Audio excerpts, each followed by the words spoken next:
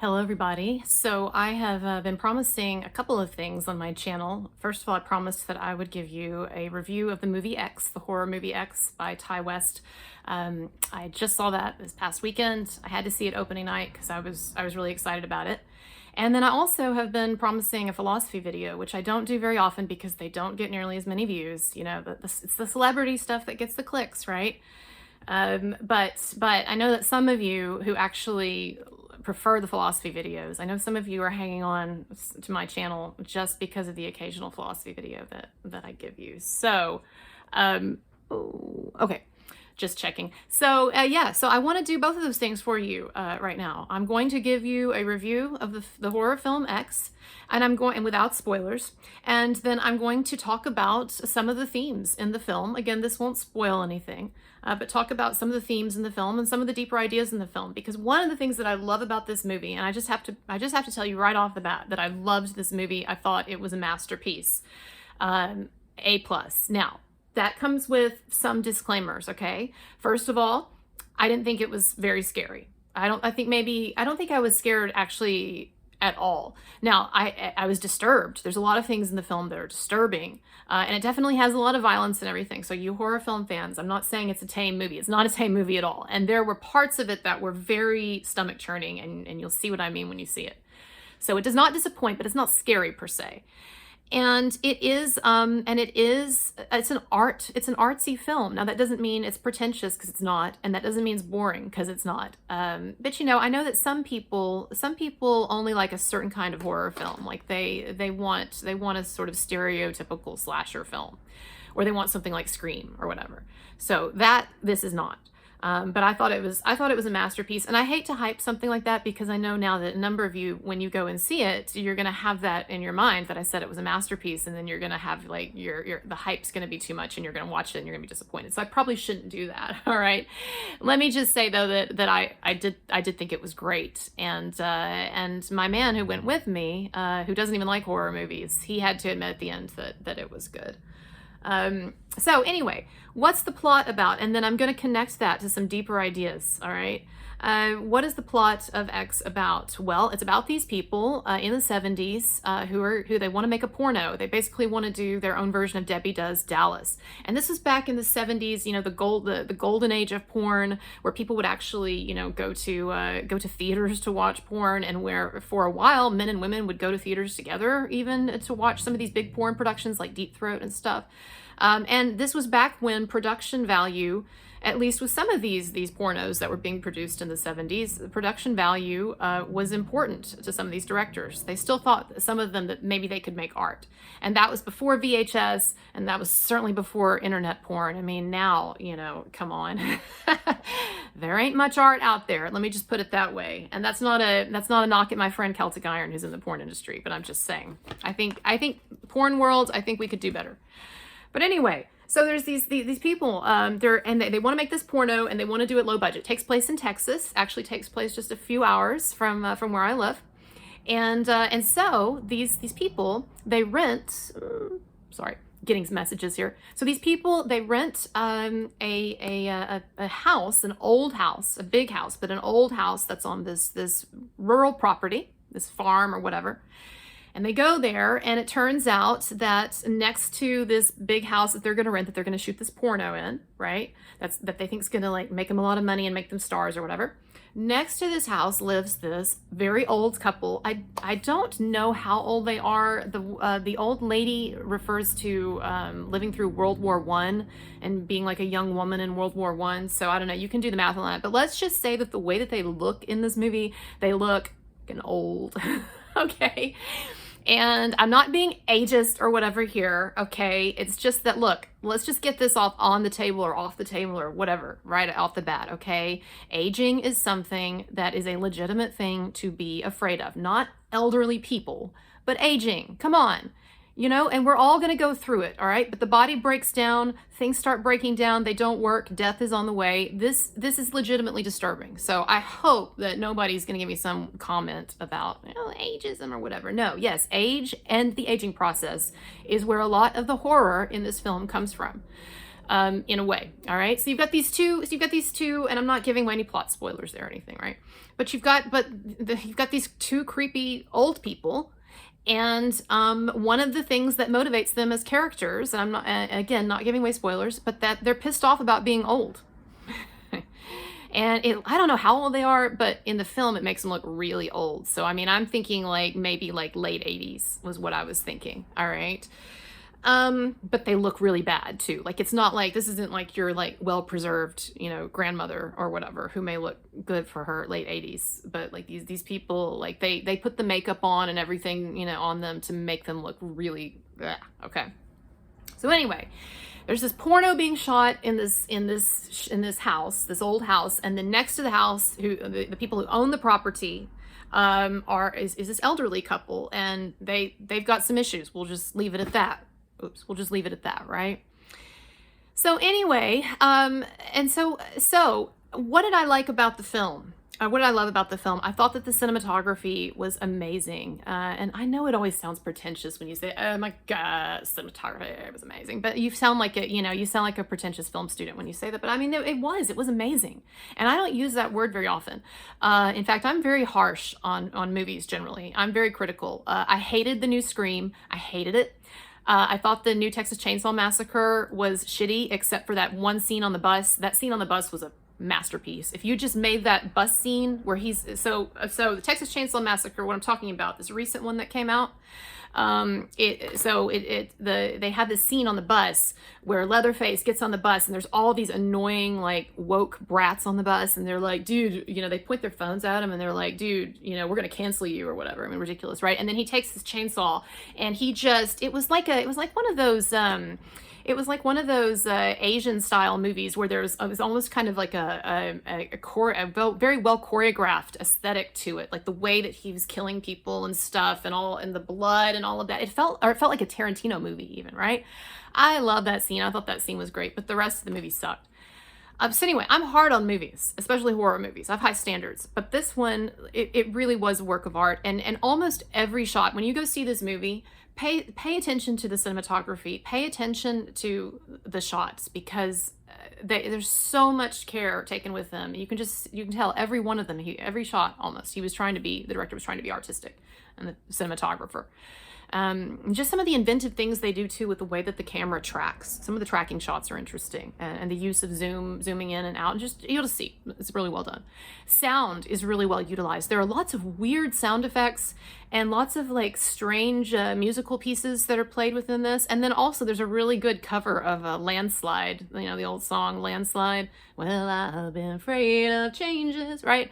There's an interesting montage with a split screen too. I love split screens. Those are not used enough in movies. I love split screens. I love like De Palma movies. De Palma likes to use split screens, right? Anyway. So yeah, so I love the technical stuff, but I'm telling you, there's plenty of disturbing stuff in this. There's plenty, if on some level you don't find this movie interesting or creepy or disgusting, then I don't know what to say to you, because I thought it was all of those things. It just didn't scare me per se, but it was disturbing. So that's my review of the film.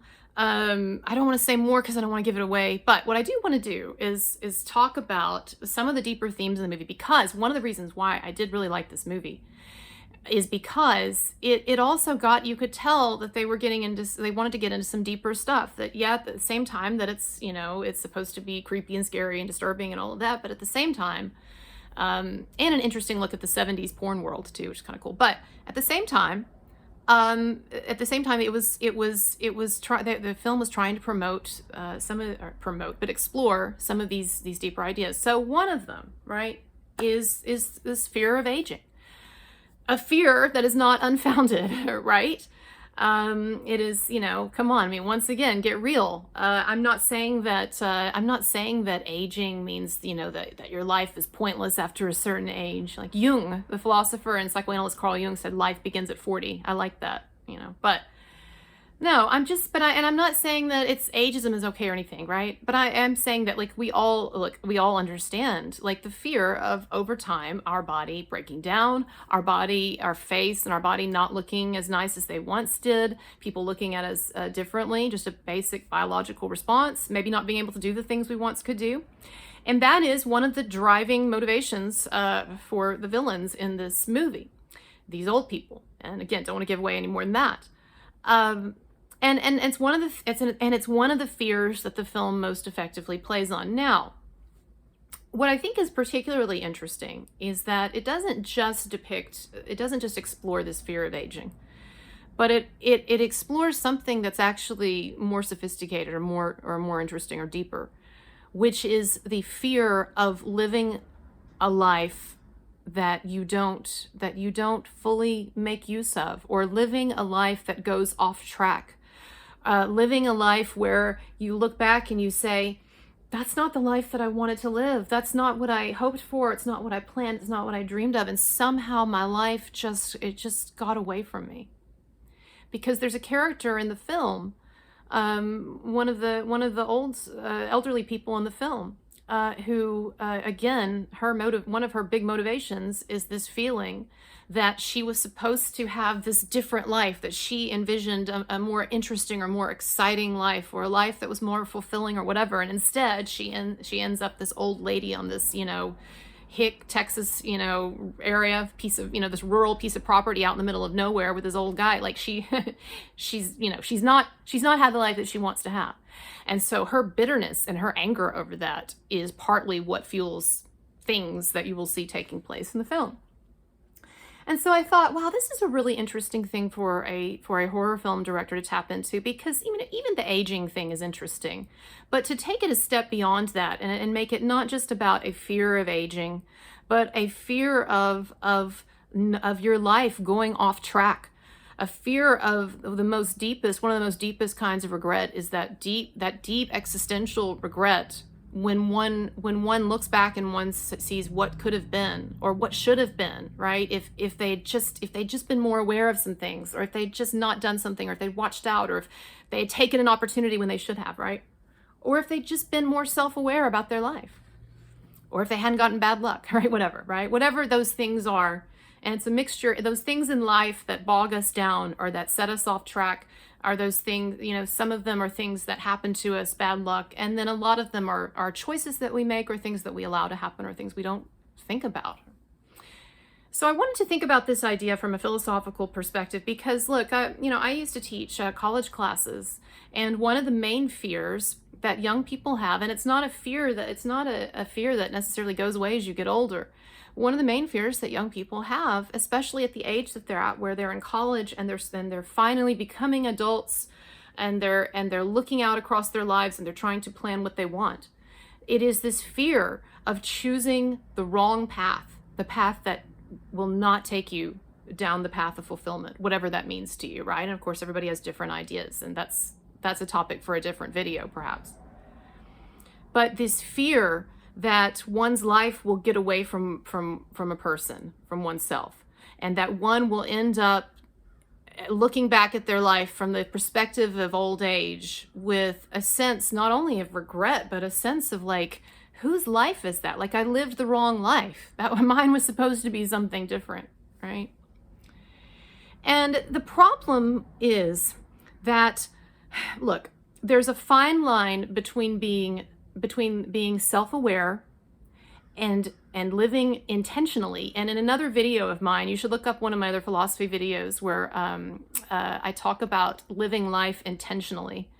But it is good to be self-aware. It is good to live life intentionally, to think about what you want in your future, what kind of a life you want, what's important to you, and to ask yourself, am I on the path to getting that? Am I behaving in such a way, or making choices in such a way so that it's taking me where I want to go?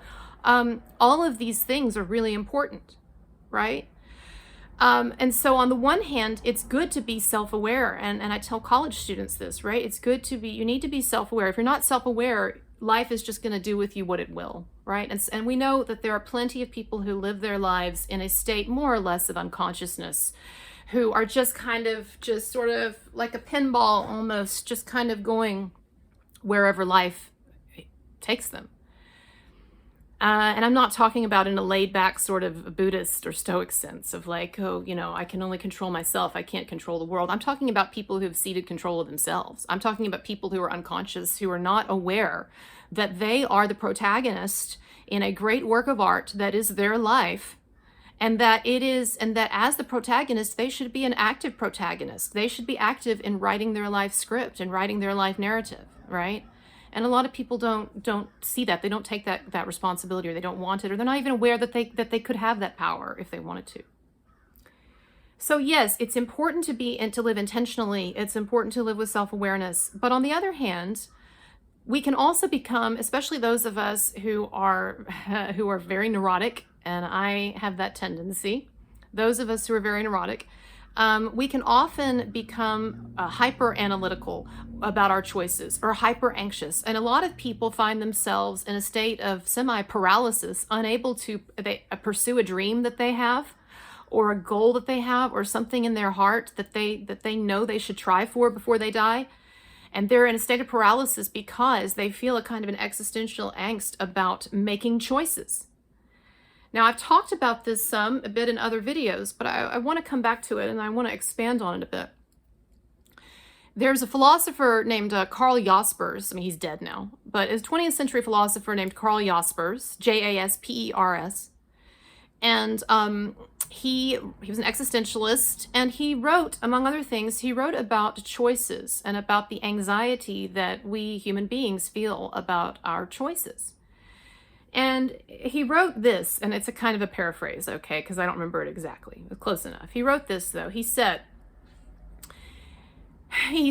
in committing myself, meaning in committing myself to a certain action, a certain course, a certain path, whatever that may be. It could be anything from committing yourself to a job, or committing yourself to live somewhere, or marry someone, or pursue a hobby, or whatever, start a YouTube channel, right? But he says, in committing myself, I leave all other options behind. I step from a world that is rich in possibilities into a world that is poor in comparison. I want to step back, frightened by my choice, frightened by my power. I want to stay possible. Now, what is he saying here? When he says that every time we make a decision in life, especially a major decision, but sometimes often the small ones too, and I'll get to that in a moment. But every time we make a decision in life, we step from a world that is rich in possibility into a world that is poor in reality. Now, what do I mean by that? Well, before we actually commit to something in life, we have all of these possibilities. So we are rich in possibilities, right? So before I commit to marrying a person, there's all these other people that theoretically I could date or marry or whatever. Before I commit to a job, before I commit to living somewhere, before I commit to even a hobby, all of these things that take time, because we are mortal beings, we have only a certain amount of time, and that mortality, that sense of being on the clock, thereby automatically limits our actions. And so what we find is that many of our options are mutually exclusive. If I marry this person, I can't marry this person. I mean, unless you want to commit bigamy, right? Or whatever. But generally speaking, I marry this person, I can't marry this person. I take this job, I can't take this job. I move here, I can't move here. Like there's only, I've talked about this in the Jason Momoa dichotomy video as well when it comes to romantic partners and romantic decisions. So Jasper says that we want to stay possible, meaning that we feel so much safer when we are still in the realm of the possible, because the possible is rich in possibilities. Before I step out, before I act, before I choose, then theoretically I feel that I could have anything. But when I step out, when I commit, when I act, Jaspers says I step from a world that is rich in possibility to a world that is poor in reality, meaning that once I step out, once I act, there is this one thing. Now, of course, if I make the wrong decision, I can make changes. If I marry the wrong person, I can get a divorce. If I choose the wrong profession, I can try a different line of work.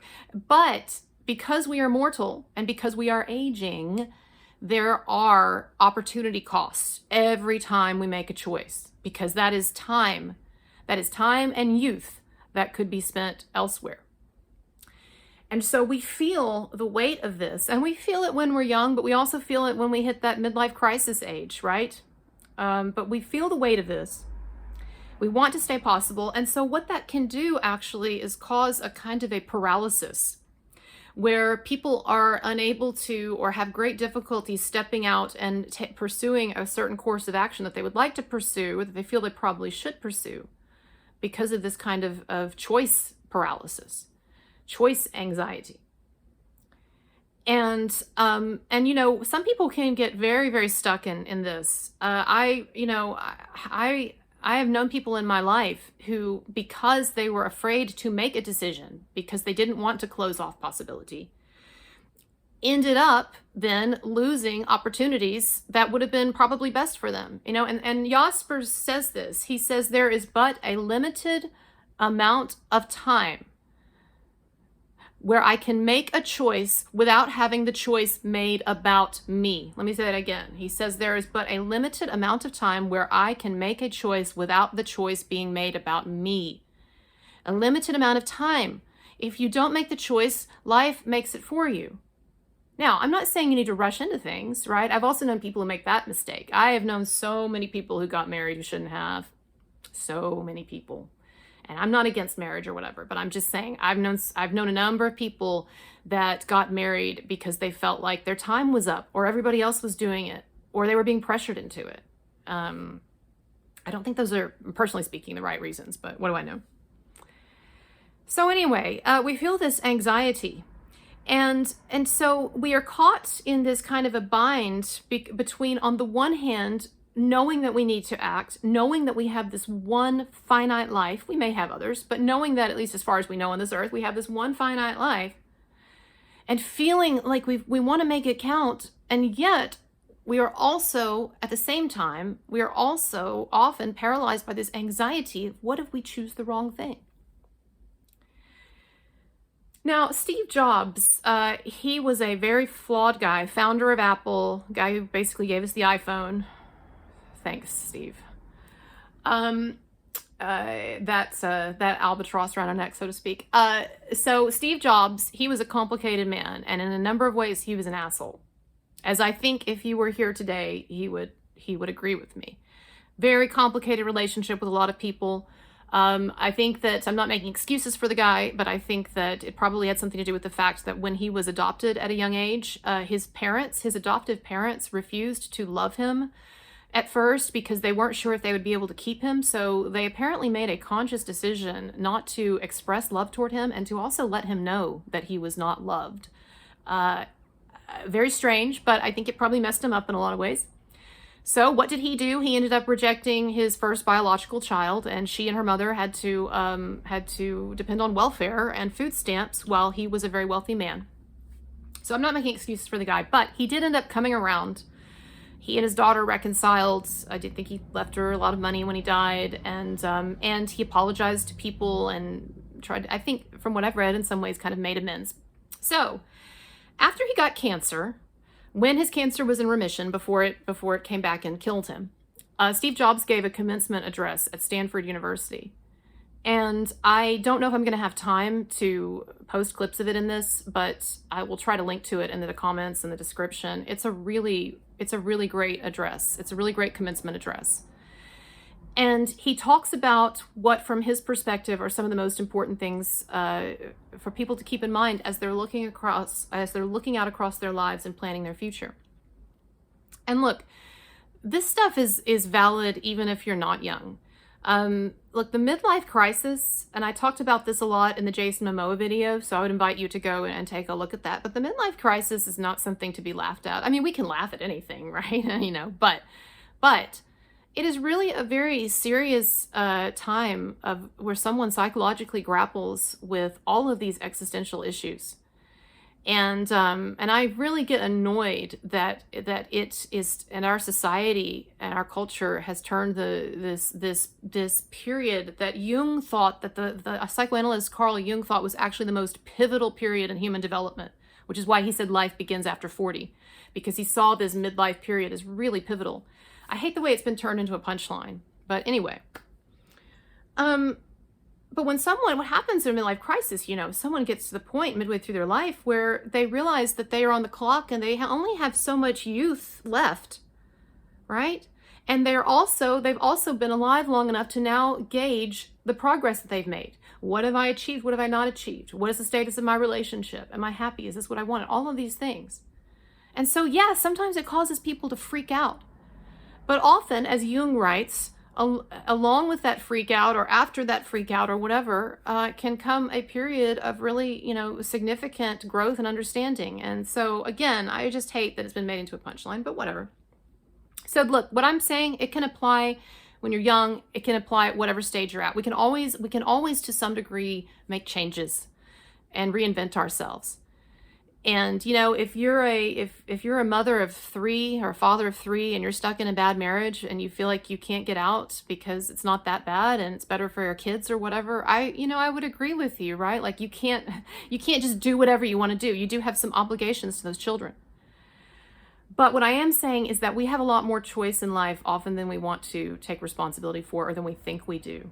And I know a number of people, and I'm not just talking about marriages here, I'm talking about whatever. I know a number of people who are unhappy, unfulfilled, and I know that's a part of life. It can be, but I know people who who have ceded control of their narrative. They've just given up when they could, if they gave some attention, some existential attention to their lives, maybe they could make some changes or start some new things, without destroying other things maybe, but start some new things. That would be good for them. But anyway, Steve Jobs talks in his commencement address about what are the most important lessons that he's learned in life that he would impart to these graduates, these Stanford graduates.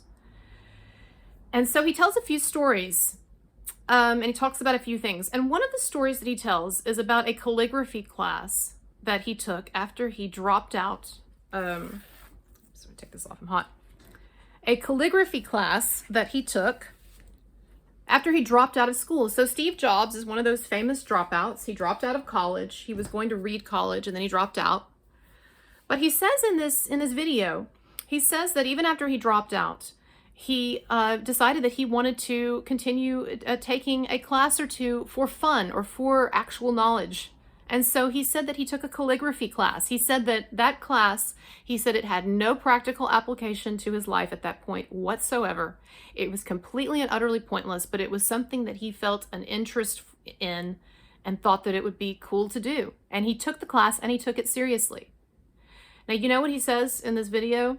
He says that if he had not taken that calligraphy class and had not fallen in love with it and learned all about different like typefaces and Sanskrit and all of that, he said that the word processing that we use would not be the same today, because he said that Windows basically just copied stuff from the Mac, right? So, anytime you open up Microsoft Word or you're looking at the different fonts or whatever, and he said that the fonts that are used in his computers and in the phones and all of that, he said that there was so much of what he ended up putting into his products. There was so much that came either from that calligraphy class or stuff that he started thinking about because of that calligraphy class. And the point that he makes here, and he says it very clearly, he says that you cannot connect the dots going forward in life. You can make plans. Obviously, if you want to be a doctor, then you have to go to medical school and you have to do a residency and all of that, all right? But you cannot in life, you cannot predict how things are going to turn out. You cannot assume that point A is going to lead to point B and point C. And you also cannot assume that what you're going through right now is insignificant to the life that you're going to live. Did you hear what I said in the last one? See, the thing is that so many of us, and I do this too, so many of us, we have these periods in life when we're out in the wilderness. You know what I mean by out in the wilderness? If you know the story in the Old Testament, in the Hebrew Bible, about Moses.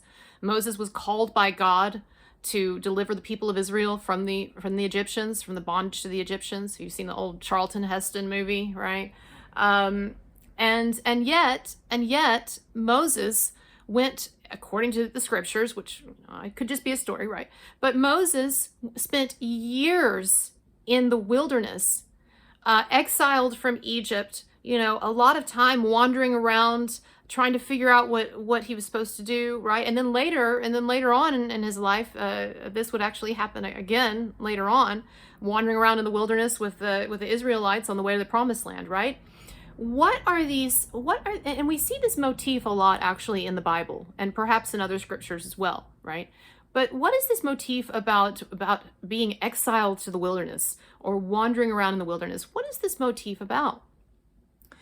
Well, it is about those times in our lives when we feel that we are off course, those times in our lives when we feel that we are just, that we're going through something that doesn't have any point, or maybe when we're going through suffering that seems pointless.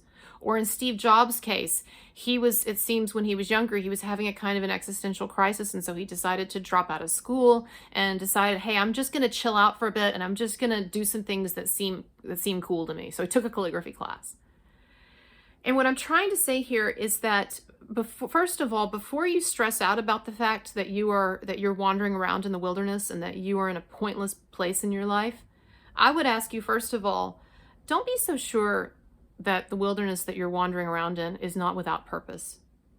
Because it is that period in the wilderness that prepared Moses to go back into Egypt and do what he needed to do. And that then later on, it was the period in the wilderness where the Israelites, where they became prepared to take on what was given to them by God.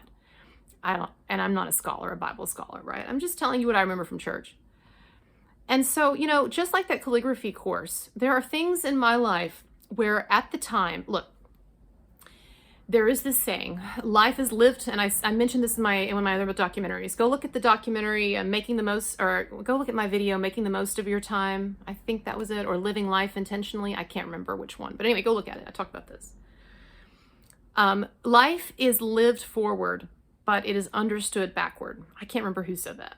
It's a famous saying. Life is lived forward, but it is understood backward. And the problem, the anxiety that a lot of us have is that we would like to understand life forward. Of course we would. Especially when we are in those times in our life where it seems like we are going through some kind of pointless tribulation or pointless suffering, or where it seems like we can't figure out what we want to do, right? Oh, I'm just wasting time. Well, maybe you're wasting time, but maybe not, right? Maybe life is actually preparing you for something, or maybe life is teaching you something, or maybe you're experiencing something that when you get to be older, you will look back and you will say, oh, I see, there was purpose in that. There was significance in that. There was meaning in that. Just like the calligraphy course. The way that I think about life, this is just something, that helps me, okay? People talk about life is like a game, and to a degree, I agree with that. I like that metaphor. Life to me, I think about it like a game of chess. I actually don't play chess or understand chess, but I understand just enough for this analogy, right? So where we are at right now, wherever you're at right now, wherever I'm at right now in our lives, right? That is our current position on the board. Now, in your current position on the chessboard, you only have a limited number of moves available to you. So you can go here, you can go here, you can go here. You cannot skip over things. You cannot, well, I guess you can check things, right? But there are only certain things that you can do, certain moves you can make, right? You can't just skip over to the end of the board. And even the best chess master might not always know exactly how the moves are going to end up lining up, right? There is a kind of an ignorance in between the person's position on the board and the destination that the person is wanting to get to. There is a kind of a veil of ignorance in that there's a lot of things that could happen in between. So where you are right now, where I am right now, this is our position on the board. And we are blind to a large degree about what is in front of us, what moves will ultimately be available to us, right? We do know where we are right now. We know what is immediately available to us, and we can make some plans or have a strategy for how we want to get to the other side of the board. But again, there is that area of indeterminacy there in the middle. Now, the other side of the board where you're trying to get to, that is your long-term vision for your life. And hopefully you have some kind of long-term vision. It can change. It can be kind of indeterminate, especially if you're young, right? You're trying to figure so much out. And look, let me tell you, if you're young, I totally get it. I don't know if I said this in an earlier video, but I was looking through some of my old stuff from college years ago, and I came across a to-do list that I had written out, and it was when I was in college, and it was a to-do list like for that week, like things that I needed to do that week. And so it was like, get groceries, buy a backpack or whatever. But then at the very end, at the bottom of all of these mundane things, at the very end, I'd written, figure out who you are. And no, it wasn't Evan Rachel Wood. But seriously, I had written that. And it's not like I was going through some intense like identity issue, like some kind of like psychiatric disorder, right? No, it was just like, you're young, you're in college, you don't really know who you are. And I remembered that I'd been so bothered by that when I was young. I didn't know who I was, and I had to try to figure that out. Like I was going to sit down that night, I guess, and I was just going to like write down all these things that I wanted to be, or these attributes, or I don't know. And the thing that I didn't understand, of course, at the time, that I understand now, having been alive a lot longer past that, is that if you just chill out, life will give you many opportunities to figure out who you are. Life will show you who you are. Now, the problem is that a lot of people are not awake, and they don't notice as they're going through life, and life is trying to show them things. Life is trying to mold them, help them to grow, reveal things, help them experience things, learn things. And a lot of people, especially people who don't lack a kind of a spiritual sense, in whatever loose way you think of that, a lot of people just, they don't see it. And so they look at their lives and they see chaos, where if they just had the right kind of vision, sometimes I think people could see a pattern in that. If you think about your life as a story or a tapestry, there's a lot going on. And sometimes if you look just too narrowly at the tapestry, you can't see the full picture. And we tend to get like stuck or bogged down in things. But as you're going through life, if you try to keep that larger tapestry in mind, right? While also, yes, staying in the moment as much as you can. I often don't actually know what that means, staying in the moment. And I'm not even sure that's really possible, but that's a nice thing people say anyway.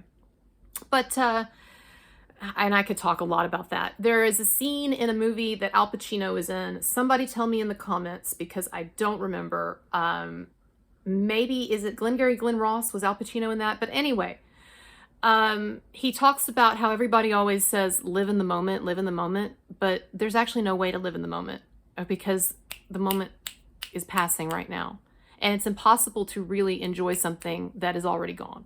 So I understand what people are trying to say with that, but I think that actually puts pressure, psychological pressure, on a lot of us, because there's a lot of us that we go through life, and for whatever reason, maybe we're not always happy. Maybe we're not always enjoying the moment. And I almost feel like that pressure to enjoy the moment, to make the most of the moment, actually then makes it worse. And this is the idea with like Stoicism and Buddhism, the idea in Buddhism that desire leads to unhappiness. If you have this idea, I'm supposed to be happy right now, I'm supposed to be having a great time, I'm whatever, and I'm not, then that actually makes you more unhappy. So that's something to think about.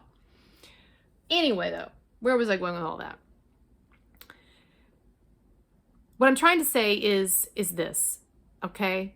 Is that it is good to have a long-range vision of what you want for your life, to have like a larger life script or a larger life narrative, or a sense of, okay, what do I want? What is important to me? What when I get to the end of my life, will I want to look back and see that I've done? Those are the kinds of those are like getting to the other side of the chessboard, right? In a game. So what I'm trying to say is there's the other side of the chessboard, which is like your long-range goals for your life, or your long-range sense of how you want your life to be. And then there is your short-term position on the board. And between those two, there is a zone of indeterminacy. There is a zone of ignorance, because you cannot know exactly how the dots are going to connect, to quote Steve Jobs. You cannot connect all of the dots. All you can do is make the best moves, or what seem like the best moves for you from the position that you're at, while keeping your long-range direction in mind. And then the rest is a kind of a faith. And in fact, that's what Steve Jobs says. Mr. Businessman, a lot of you know that one of the most successful businessmen in history, Steve Jobs, was also very into spirituality. Now, you might say to me, well, I thought you just said that he was an asshole. Yes, welcome to the world of human beings. Contradictions and hypocrisy. And that's how we roll. All right? And if you say that you don't, then I would say you're probably a hypocrite. You're probably doing it right now. Okay? But anyway, but he was into spirituality. And who knows, maybe he'd have been an even bigger asshole if he hadn't been. Have you thought of that? Right? But he was into Buddhism and meditation and all that stuff and LSD and everything. And he had a belief, a kind of a faith or a hope that there would be something after death. Another life, a different life, another dimension, who knows, right? But here's the thing. In this college address, this commencement address that he gave at Stanford, he says that because you cannot connect the dots going forward, you have to trust in something. He says your gut, karma, the universe. He doesn't say God, but you could say God.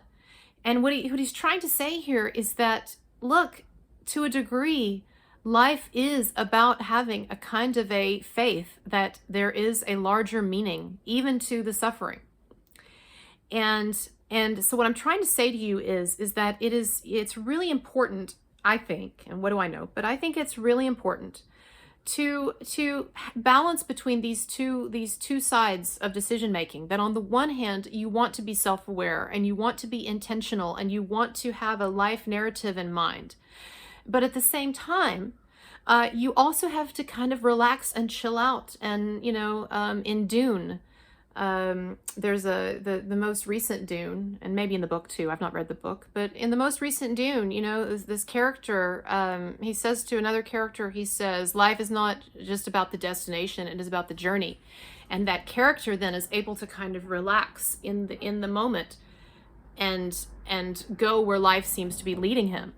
And so life it's a kind of a balance. It's a balance between being intentional and being proactive and having your hands on the wheel and trying to plan or to think about your trajectory, getting to that other side of the board, whatever that means to you. But then at the same time, it's also about relaxing into your ignorance and understanding that life may have something different to show you.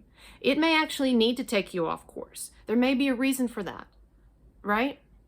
And I do have to say that the older I get, even though my life right now is not what I would like it to be, there's a lot of things I'm trying to work out and stuff. Boy, some of you who think that I'm all together, if you spent 1 hour with me, you would have a different opinion, I think. That's why sometimes I don't understand some of this hostility that I get from people who seem to think that I'm like stuck up and pompous and full of myself. I guess that's part of my persona, but well, that sucks if it is. But I'm sarcastic and I'm biting and everything. But yeah, come step into my life. You see, there's nothing for me to be stuck up about. Anyways, yeah. So yeah, it's both. And so that's what Jaspers was saying. He was saying that we feel this anxiety because we don't want to be that old lady at the end of a horror film who looks back and who sees that her life was not nearly what she wanted, and yet we feel anxiety about that. And so I think that keeping those two things in mind, the value of intentionality, of self-awareness, of trying to take responsibility for your life narrative, but at the same time understanding that you have to also relax and you have to also at times go where life takes you. And then one day you can look back and you can see, oh, there was a purpose to that calligraphy class. There was a purpose to that time when I was wandering in the wilderness, right? At least that's what I think. I don't know. Maybe I'm an idealist or whatever. I don't think anybody would ever accuse me of being an idealist, actually. All right, what are some other things that he talks about? Oh, Steve Jobs. So he talks a lot about death. He says that thinking about death, he says, is the single best tool that he has ever encountered to helping him make the big decisions in life.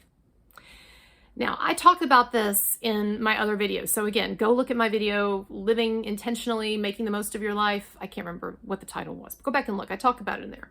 All right. But what he is saying here, and then he says, you remembering that you are going to die frees you from embarrassment, fear of failure, and all of these things that hold us back because you realize you have nothing to lose because it's already gone. That's really important. And he also points out to them, he says, your time is limited, meaning you're going to die. Your time is limited, so don't waste it living someone else's life. And that is, if I had just one shot at anybody, if I just had 10 seconds, right, to impart wisdom to a person, that is the one thing that I would say. Your life, your time is limited, so don't waste it living someone else's life. And too many people are living a life that is not really theirs, okay? Because it hasn't even occurred to them that they could be doing something different. You have a dream to go to the other side of the world. Why aren't you pursuing that? And you might say, well, I don't have money. Well, I'm not saying you have to go at this moment. But like, if there's some stuff on your list or that you think would be on your list, why don't you like try to make some of that happen? Or if you're in a relationship that it's just, and I'm not telling people who are married with a bunch of kids, they just need to bail out. I know divorce is tough, and generally the outcomes for children of divorced families are worse than families who stick together. Now, I'm not a statistician. I'm sure you could get into that and unpack all of that. But look, yes, there's plenty of reasons why divorce is not good, but there are plenty of people who are stuck in shitty relationships who should not be in them, because it's not occurred to them that they can actually take the wheel of their life. And if they just had a little faith or a little more courage, or they just cared a little less what people think. Look, I'm telling you, people, we all do this, but people care too much about what other people think. And one of the good things that has come about from me starting this YouTube channel is that it has forced me to get a tougher skin than I even had. And it's not always perfect, Somebody hurt my feelings the other day with a comment about how I ask people for tips at the end of my video, and I'm just looking for a handout. No, I'm sorry, I'm not looking for a handout. I'm making content here, and then others are invited to contribute to that content financially who have the means or the inclination to do so. So no, that's not what's going on. That bugged me. I ranted a little about it on Instagram. I probably should have let it go, but I also felt like it was, since I get that comment from multiple people, that it was maybe a good thing to address. But on the whole, I have to constantly ignore all kinds of bad things being said about me, down to my crossed eyes, which my eyes cross sometimes. You're not imagining things because I have an eye disorder, but it's okay. And look, here's the thing. When you realize that you are going to die soon, it frees you from caring so much what people think, because you realize that what people think, it doesn't even really exist. Like, what I'm trying to see is those people who might be talking shit about you, or those people who might be judging you for following your dreams, or for taking an unpopular political position, or whatever you're doing. Those people, they're going to be dead in like a few years. They're going to be dead in 20, 30, 40, 50, however many years, they're going to be dead. And so it will be, and their judgments will die with them. Their judgments probably died long before because they forgot about them. People let these ephemeral things, and we all do it, but people let these ephemeral, insignificant things like the opinions of others and others' cattiness and trolling on the internet and stuff, it's just so nothing. And also there are so many people who would follow their dreams, who have a dream, like this YouTube thing. You can laugh at me, maybe some of you if you want, but this, for a long time, it has been a dream of mine to start a YouTube channel, and I never acted on it because I felt like, oh, there's always more time and I'm too busy, and also, what if I start a channel and then it interferes with my work because I talk about controversial things and I end up getting fired? But I ended up getting fired anyway, but not because of the YouTube channel, just because they let people go. And then I turned 40, and I'm 40. I know I look young for my age, but I'm 40. Well, I'm 41 now. But all the people in my family age really slowly. We're like vampires. It's very strange. I'm not using filters. I just look young. But anyway. But I turned 40, and I was like, you know what? I'm finally gonna do this thing that I've been talking about forever. And so I started the YouTube channel, and on the whole, it's been great. And some of you, there are hobbies that you want to get into. There are places you want to travel to. Some of you are in relationships that you need to get out of. Some of you are spending time doing all kinds of stuff that you don't even enjoy.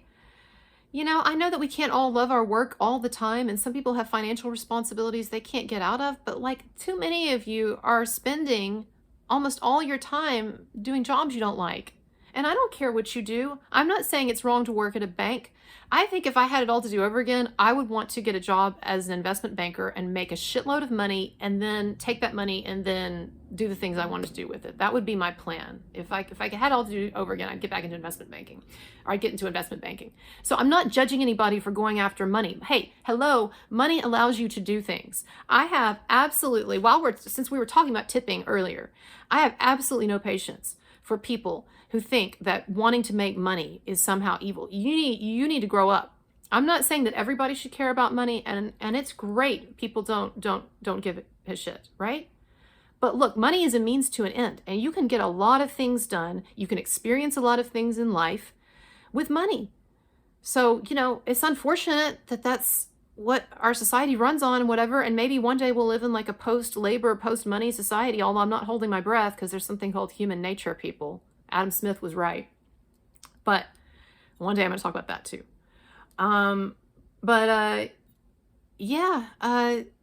So there are those of you who have dreams that you could be pursuing, or things that you want to do, or you're afraid to stand up for something you believe in, or even tell people what you think because you're afraid of what they'll say. Or there are some of you who have a dream in you of some kind, to write a book or do something, or make a movie, or start a YouTube channel, and you're afraid of failure. And I'm just telling you, that failure is not real. Those judgments from other people are not real, in the sense that they are ephemeral, and generally speaking, they are completely unimportant. And I'm just consistently amazed as I go through life at how many people just give up their life narrative. Just give it up. So when you think about your death, so here's the thing that I try to practice. When there's something that I want to do that I'm trying to get the courage to do, or when people get on my case and I'm trying to remind myself about not to let it bother me, or if I have a dream that I want to pursue, or if there's something that I'm trying to get my courage up for, I remind myself that I am going to be non-existent in a matter of decades. If I'm lucky, right? Might be dead tomorrow, today. I'm going to be non-existent. I'm going to be a decaying corpse or a bunch of ashes. And when you really get that in your head, when you realize that you've already lost everything, then there's nothing to lose. When you know that you're going to lose everything in the end, no matter what you do, there is nothing to lose. And yes, of course, there are limits to that philosophy. There are limits to every philosophy. But these things are valuable. They're helpful to keep in mind, and they help us to have perspective. And some people just get so bogged down in the muck, in stuff that is not important. And the thing that helps me too is remembering that I'll be dead. I realize that even if I make wrong choices, let's say that I try something and I screw up, I try something and I fail, I waste some of my time on something that turns out to be a waste, right? You know what's going to happen to me in the end? I'm going to die. But look, let's say that I don't do those things. You know what's going to happen? I'm going to die. Or let's say that I turn out to be really successful. You know what's going to happen? I'm going to die. I have a little hint for some of you. I have a spoiler.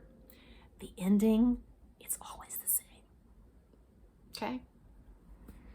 And yes, I do believe in an afterlife of some kind, or another life, or whatever. And I don't want to get into that. Again, I keep promising people that at some point I'll talk about my spiritual beliefs, and I will. And I still have a video on Christianity.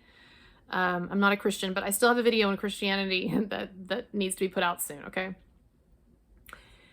So, that's what I think about. Those are the things that help me. I don't know if they help you or not, but those are the things that help me. And, yeah, so that's it. So X, go see the movie and stay through the credits, because There is a trailer at the end for the prequel. They have actually, so they shot a prequel to X at the same time that they were shooting the movie X. And the prequel is going to star Mia Goth as well.